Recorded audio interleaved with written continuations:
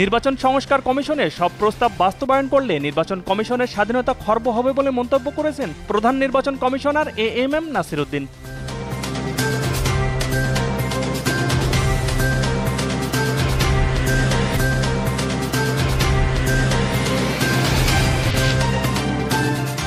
বিএনপির স্থায়ী কমিটির সদস্য আমির খসরু মাহমুদ চৌধুরী জানিয়েছেন, বাংলাদেশে একটি নির্বাচন দেখতে চায় ব্রাজিল। বাংলাদেশে নিযুক্ত ব্রাজিল রাষ্ট্রদূতের সঙ্গে বৈঠক শেষে তিনি একথা জানান।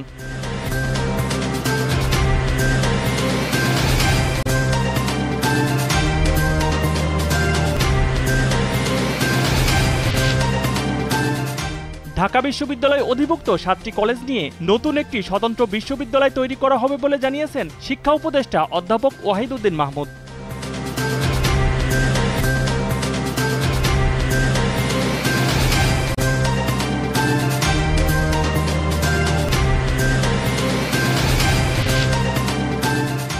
যুক্তরাষ্ট্রের প্রেসিডেন্ট হওয়ার আগে ডোনাল্ড ট্রাম্পের বিরুদ্ধে দায়েরকৃত ফৌজদারি মামলা পরিচালনায় যুক্ত 12 জনেরও বেশি আইনজীবীকে বরখাস্ত করা হয়েছে।